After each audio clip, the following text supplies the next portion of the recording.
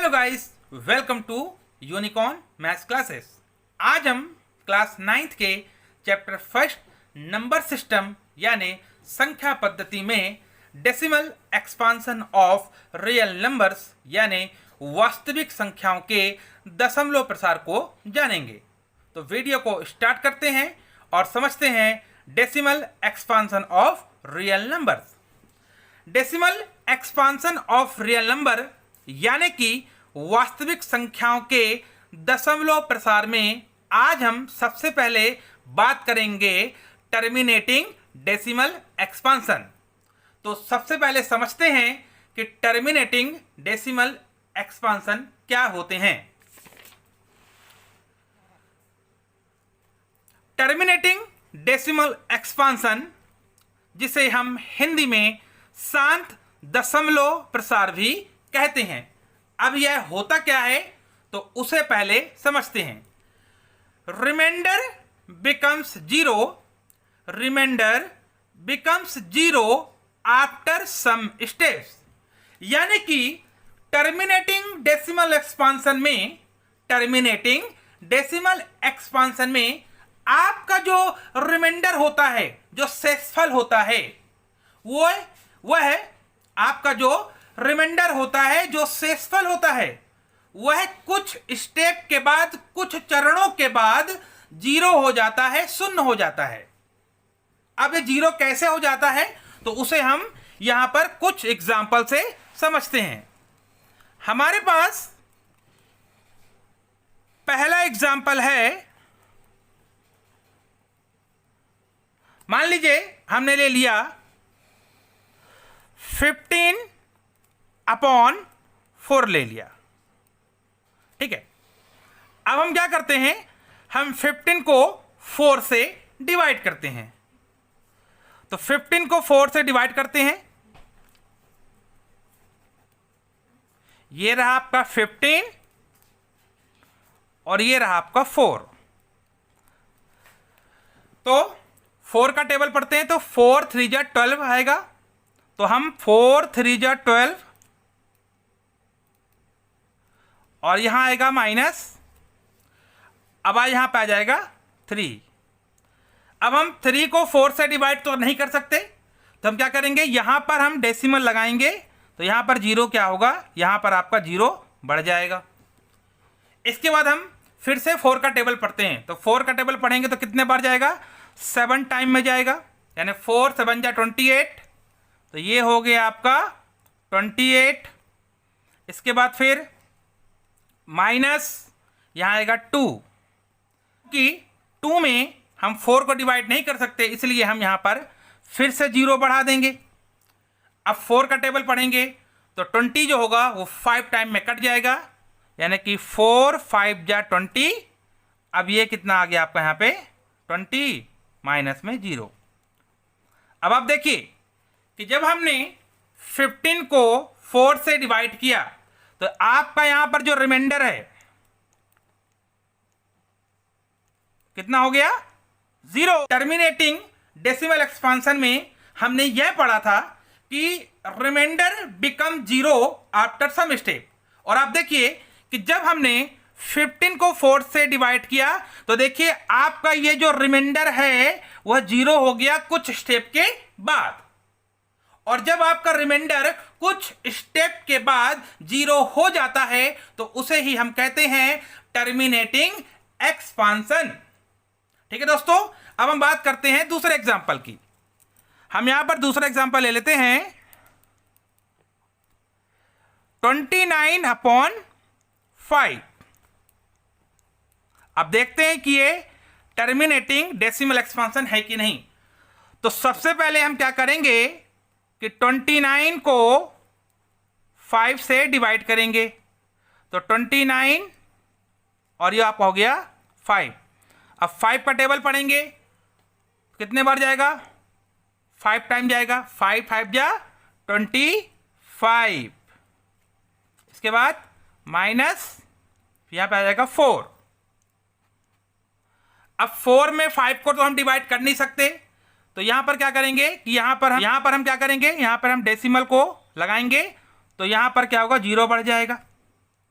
अब पढ़ते हैं 5 का टेबल। तो 5 8 जा 40, तो 5 8 जा 40। और आप देखिए यहां भी आपका रिमाइंडर क्या आ गया, 0। Remainder become 0। तो हमने यहां पे 2 एग्जाम्पल से समझा। पहला एग्जाम्पल हमारा था 15/4 और सेकेंड एग्जाम्पल हमारा था 29/5। अब दोनों ही जो एग्जाम्पल हैं वो टर्मिनेटिंग डेसिमल एक्सपांसन के हैं, क्योंकि आप जब हमने 15 को 4 से डिवाइड किया तो हमारा जो रिमाइंडर है वो कुछ स्टेप के बाद 0 हो गया। और इसी प्रकार से जब हमने 29 को 5 से डिवाइड किया तो कुछ स्टेप के बाद आपका ये जो रिमाइंडर है वह 0 हो गया।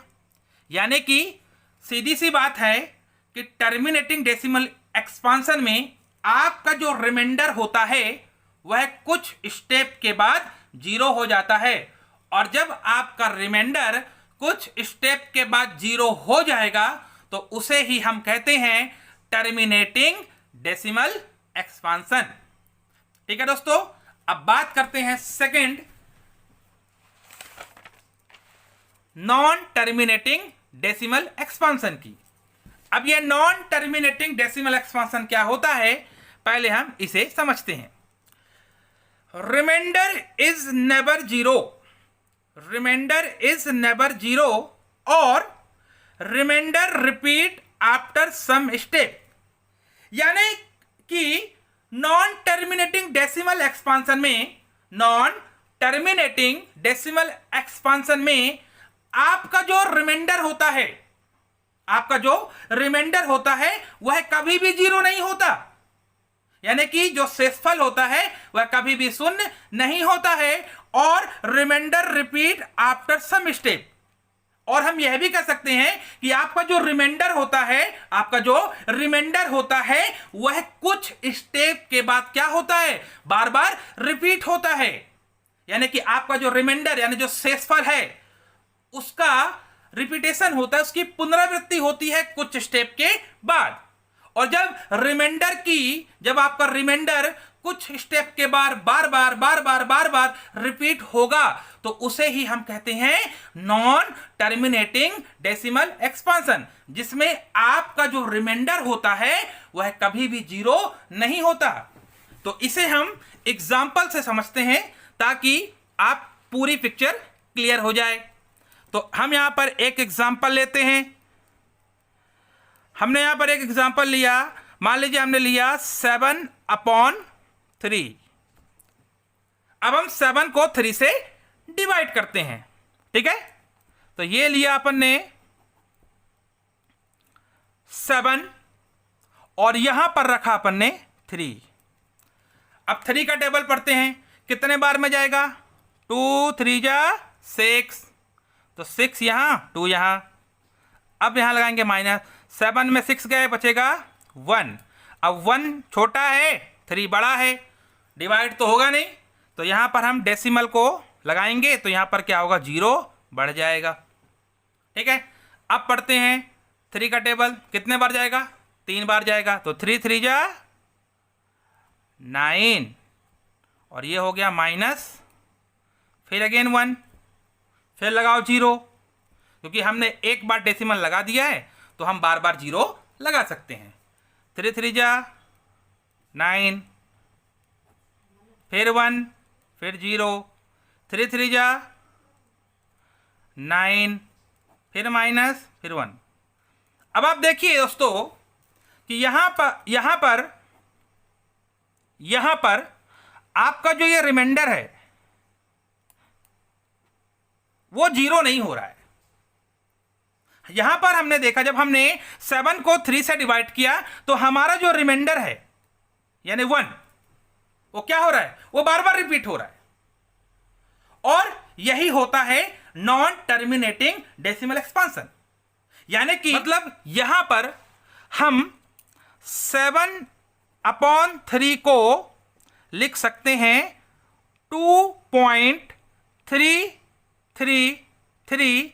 अब चूंकि 1 क्या हो रहा है, बार बार रिपीट हो रहा है और बार बार रिपीट हो रहा है, मतलब कि यहां पर आपका जो रिमाइंडर होगा वह कभी भी 0 नहीं होगा, यानी यहां पे 3 क्या होगा, बार बार आएगा। तो हम यहां लिख देंगे dash dash dash dash dash. ठीक है, और अब आप देखिए इसको हम लिख सकते हैं 2.3 का बार। अब हमने यहां पे बार क्यों लगाया भाई, हमने यहां पर 3 पर ही क्यों बार लगाया, क्योंकि यहां पर आपका जो 3 है वो बार बार रिपीट हो रहा है और केवल 3 ही रिपीट हो रहा है और कोई दूसरा नंबर रिपीट नहीं हो रहा है, इसलिए हमने यहां पर केवल 3 पर ही बार लगाया। मान लीजिए यहां पर एक और नंबर होता, यहां पर होता, मान लीजिए हमने ले लेते 6.46464646 dash dash dash dash dash. अब आप देखिए दोस्तों, यहां पर पॉइंट के बाद यानी डेसिमल के बाद देखिए यहां पर 46464646, यानी कि डेसिमल के बाद यहां पर केवल 464646 रिपीट हो रहा है और ये पूरा कहां तक जाएगा, पूरा लास्ट तक जाएगा, इनफिनाइट तक जाएगा, यानी कि इस कंडीशन में कभी भी आपका जो रिमाइंडर है वह 0 नहीं होगा। और यहां पर कौन सा नंबर रिपीट हो रहा है, यहां पर 464646, यानी कि यहां पर 2 नंबर रिपीट हो रहे हैं, इसलिए हम इसको लिख सकते हैं 6.46 का बार। अब हमने यहां पर 46 पर बार लगाया। 46 पर हमने बार इसलिए लगाया क्योंकि यहां पर 4646 क्या हो रहा है, बार बार रिपीट हो रहा है, यानी कहने का मतलब यह है यदि एक नंबर पर बार होगा तो कहने का मतलब यह है कि यदि एक नंबर रिपीट हो रहा है, यदि केवल एक नंबर बार बार रिपीट हो रहा है तो केवल एक ही नंबर पर बार लगेगा। यदि डेसिमल के बाद 2 नंबर बार बार रिपीट हो रहे हैं, यदि डेसिमल के बाद 2 नंबर बार बार रिपीट हो रहे हैं तो वहां पर 2 नंबर पर बार लगेगा। और मान लीजिए एक और एग्जांपल अपन लेते हैं, यहां पर मान लीजिए हमने यहां पर लिखा 7.132 डैश डैश डैश।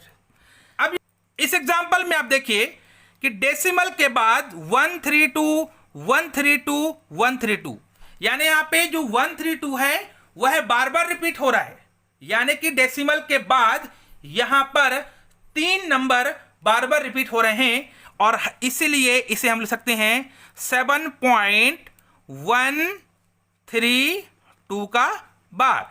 चूंकि यहां पर 3 नंबर रिपीट हो रहे हैं इसलिए हम यहां पर 3 नंबर पर बार लगाएंगे।